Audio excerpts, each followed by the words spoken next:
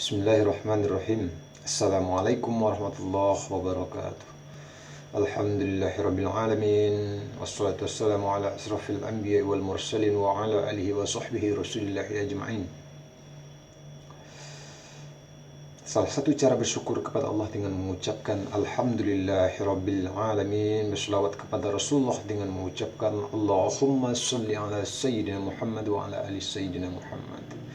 Ibu-ibu yang saya hormati, terima kasih telah hadir pada kesempatan ini, meluangkan waktu. Ya, tadi ada yang berjalan kaki, ada yang naik sepeda, ada yang pakai ojek, ibu-ibu ya. Mudah-mudahan semua itu dicatat oleh Allah sebagai amal ibadah. Amin amin ya rabbal alamin. Kemudian ucapan terima kasih yang sebesar-besarnya kepada tuan rumah yang telah menyediakan waktu dan tempat, yang telah memberikan jamuan kepada kita bersama. Mudah-mudahan ditambah juga lah hendaknya rezeki tuan rumah ini. Gitu doa kita ya. Amin amin ya rabbal alamin. Setiap ucapan baik insyaallah akan menjadi doa, maka ucapkanlah kata-kata yang baik-baik ya. Untuk tidak memperpanjang mukadimah, marilah kita buka acara kita ini dengan membaca Bismillahirrahmanirrahim. Topik kita pada hari ini yaitu pemeriksaan kesehatan ibu hamil. Tapi sebelumnya, seperti biasa kita review dulu, kita ingat kembali, kita ulang kembali beberapa topik yang sudah kita bahas minggu lalu ibu-ibu ya. Masih ingat ibu-ibu? Masih ingat? Masih ya. Jangan sampai lupa ibu-ibu ya. Ada ibu-ibu yang mau menyampaikan intinya saja ibu-ibu, intinya. Jangan malu ya. Ya silakan Bu. Free memory. Oke, terima kasih Bu. Ya. Jadi kita kasih plus dulu. Nanti lupa pula gitu ya. Nanti kalau misalnya saya kasih hadiah Bu nanti ya. Ya, beberapa minggu yang lalu kita telah membahas tentang memulai usaha ya Bu ya. Memulai usaha itu tidak gampang. Terutama kalau tidak ada modal, begitu kata orang-orang yang sudah berpengalaman gitu ya. Ada yang jatuh bangun gitu ya. Memulai usaha itu katanya seperti menanak nasi. Takaran airnya harus pas, apinya harus pas ya. Kalau tidak pas apinya, tidak pas airnya, dua saja yang terjadi. Nasi tidak masak atau hangus, kemudian nasi menjadi bubur. Maka dari itu rencanakanlah keuangan usaha kita, rencanakanlah usaha itu dengan sebaik-baiknya, jangan sampai menjadi harang, apalagi menjadi bubur ya. Oh iya, lebih bagus menjadi bubur, masih bisa dibikin lontong sayur ya. Kalau jadi arang ya wassalam ibu ya. Nah gitu. Jadi memulai usaha itu kita identifikasi dulu apa idenya, kita nilai dulu apakah layak atau tidak. Kita bikin rencana keuangannya, pemasarannya seperti apa nanti, pengelolaan keuangannya gitu ya. Itu tentang memulai usaha ya. Kemudian juga kemarin sudah membahas masalah benar apa yang disampaikan ibu tadi, itu isi piringku ya intinya. Isi piringku itu ibu hamil harus mengkonsumsi makanan yang bergizi baik dan seimbang ya. Karbohidrat, lauk pauk, vitamin, mineral ya, buah-buahan, sayur-sayuran. Itu sangat penting untuk ibu hamil dan janinnya. Gitu ibu ya. Dan jangan lupa minum 8 sampai 12 gelas air putih sehari. Kemudian ditambah 1 tablet tambah darah 1 hari. Lebih kurang gitulah inti pembahasan kita pada minggu lalu ibu-ibu ya. Oke ibu-ibu, kita masuk ke topik hari ini, yaitu pemeriksaan kesehatan ibu hamil. Tadi sebelum kita buka acara ini, saya sudah menayangkan, sudah ada beberapa ibu-ibu yang menonton film, itu tentang pelayanan kesehatan ibu hamil. Jadi kemana ibu-ibu? Kemana mereka membawa ibu tadi untuk diperiksa kesehatan ibu, kesehatan kehamilan? Ya benar, ke bidan yang ada di fasilitas kesehatan, di posyandu, di polindes, di puskesmas ya. Bisa juga mau ke dokter spesialis kandungan SPOG, boleh, nggak apa-apa. Dulu ibu-ibu sewaktu hamilnya yang sudah punya anak, apakah kita ketika hamil juga pergi ke bidan di puskesmas, polindes, posyandu, puskesdes? Ada ya. Ada juga yang enggak, Bu ya. Dulu sangat terbatas sekali Bu ya. Kemudian layanan apa saja yang perlu yang kira-kira yang sudah berpengalaman nih Bu? Layanan apa saja yang diperoleh oleh ibu hamil itu Bu ketika datang ke pusat layanan kesehatan? Mengukur detak jantung bayi ya, janin ya, ukur tinggi, ukur berat ibu hamil ya. Oh iya benar. Oke ibu, sekarang ibu lihat brosur yang saya kasih tadi, itu kapan ibu hamil memeriksakan kehamilan. Jadi ibu hamil itu harus memeriksakan kehamilan minimal 4 kali, minimal 4 kali ibu-ibu ya, selama masa kehamilan. 1 kali di 3 bulan pertama, 1 kali 3 bulan kedua, 2 kali 3 bulan ketiga. Iya ibu-ibu ya. Nah gitu. Kalau bisa, kalau lebih bagusnya ya setiap bulan dikontrol ibu-ibu, ke polindes, ke puskesdes, ke posyandu ya. Jangan sampai enggak Bu ya.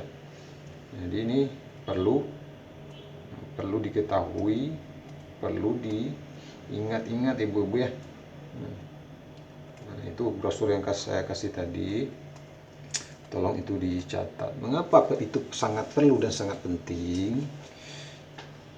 Karena berbagai risiko itu ibu-ibu terjadi pada ibu hamil. Risikonya sangat tinggi ibu-ibu. Ada istilahnya, ada di brosur berikutnya, 4 terlalu, 3 terlambat. 4 terlalu hamil terlalu muda. Ya nikah muda, maksud saya tadi itu nikah muda kemudian hamil. Nah dia kondisinya masih di bawah 20 tahun. Nah, itu nggak bagus. Harus rutin ke bidan atau ke dokter ya.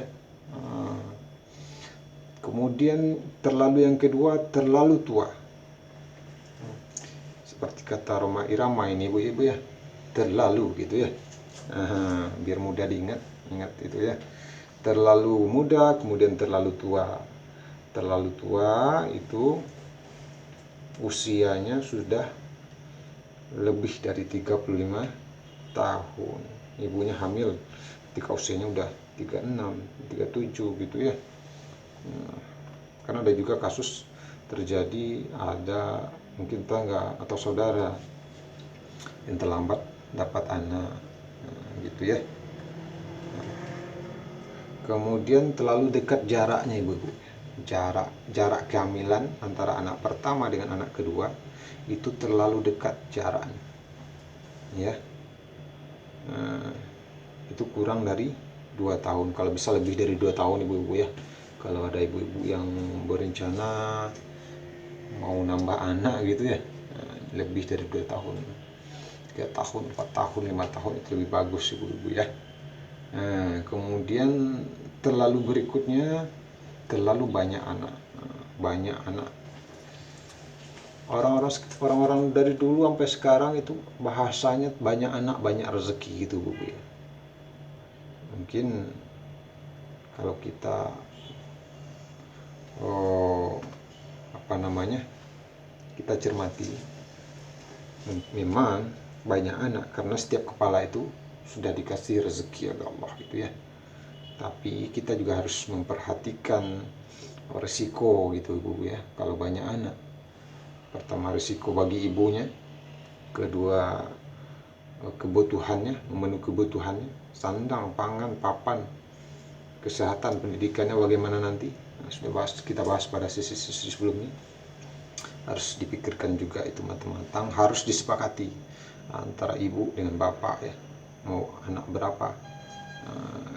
Cukup 2 saja. Nah, terlalu muda, terlalu tua, terlalu dekat jarak, kemudian terlalu banyak anak.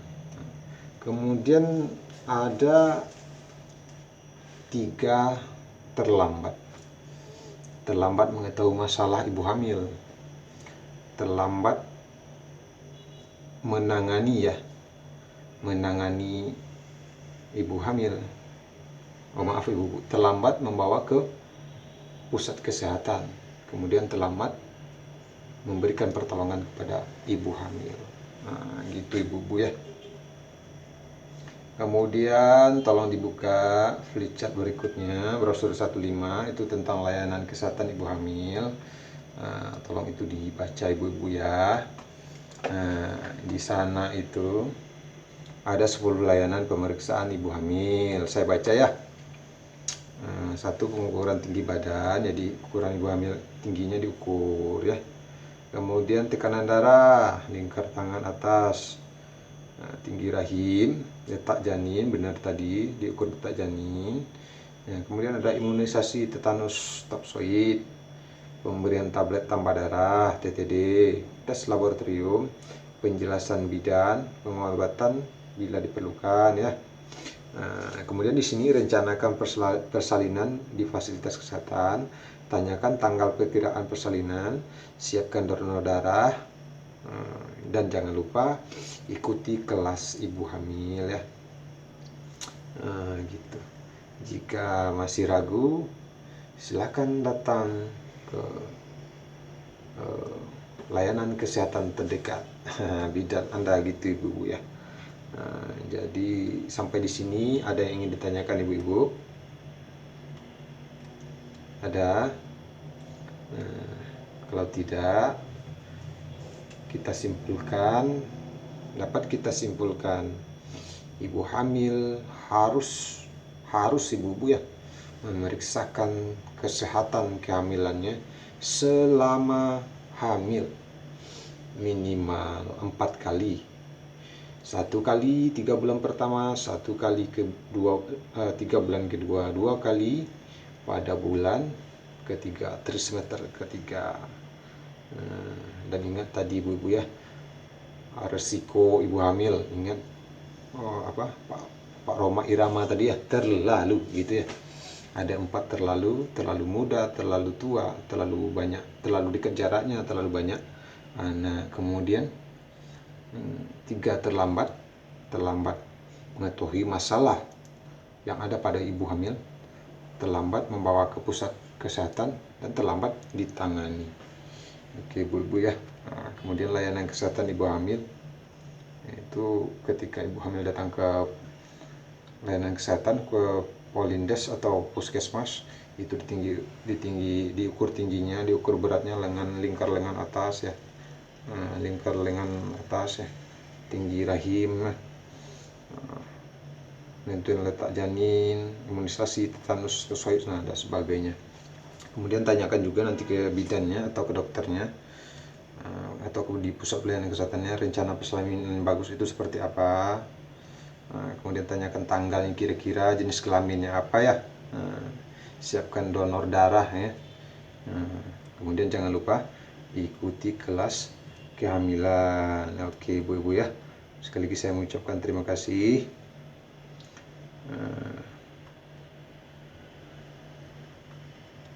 Jangan lupa dibaca buku pintarnya ibu-ibu ya. tolong disampaikan kepada saudara, teman, anak, pentingnya pergi ke layanan kesehatan dan memeriksakan kesehatan ibu hamil ya. Oke, karena risikonya sangat tinggi ibu-ibu ya. Oke ibu-ibu, terima kasih. Segera saya mengucapkan terima kasih. Mohon maaf jika ada kesalahan dan kekurangan atau kesilapan. Yang benar itu datang dari Allah, yang salah itu datang dari syaitan ya. Kesalahan itu datang dari Allah, kebenaran itu datang dari Allah, yang salah itu datang dari diri saya sendiri. Nah, jadi untuk pertemuan berikutnya kita akan membahas penanganan pertama sebelum hamil, ibu hamil, pelayanan kesehatan ibu hamil, dan setelah hamil. Kesehatan ibu setelah hamil ya, setelah menyusui, di sesi-sesi berikutnya. Jangan lupa hadir ibu ya, nanti dikasih bonus. Ada bonusnya nanti. Makan bersama di rumah masing-masing. Oke ibu-ibu, terima kasih. Saya akhiri dengan kita tutup dengan mengucapkan alhamdulillahirabbil alamin. Saya akhiri dengan mengucapkan assalamualaikum warahmatullahi wabarakatuh.